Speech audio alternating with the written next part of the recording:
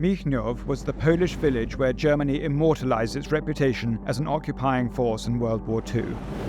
At the height of its power, Germany lashed out at civilians wherever they suspected resistance.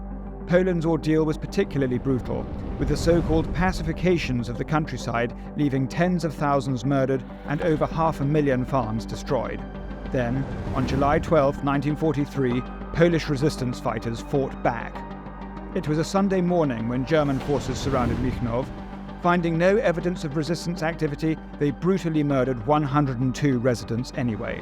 Partisans, led by Commander Jan Piwnik, avenged the village by targeting the designated German carriages of a train from Krakow to Warsaw. A fierce gunfight left several German soldiers dead, and the partisans wrote "For Michniów" on the side of the ruined carriages. Piwnik and his men then hurried to the village, expecting a German counterattack, but none came. Of the 500 who had lived in the village just a few days before, only 120 grieving residents remained. The partisans dispersed back into the countryside, believing the residents would be safe, as the Germans had mostly targeted men suspected of cooperating with the resistance. They were wrong. German forces reappeared the next day and murdered everyone they could find, including 7 men, 52 women, and 43 children.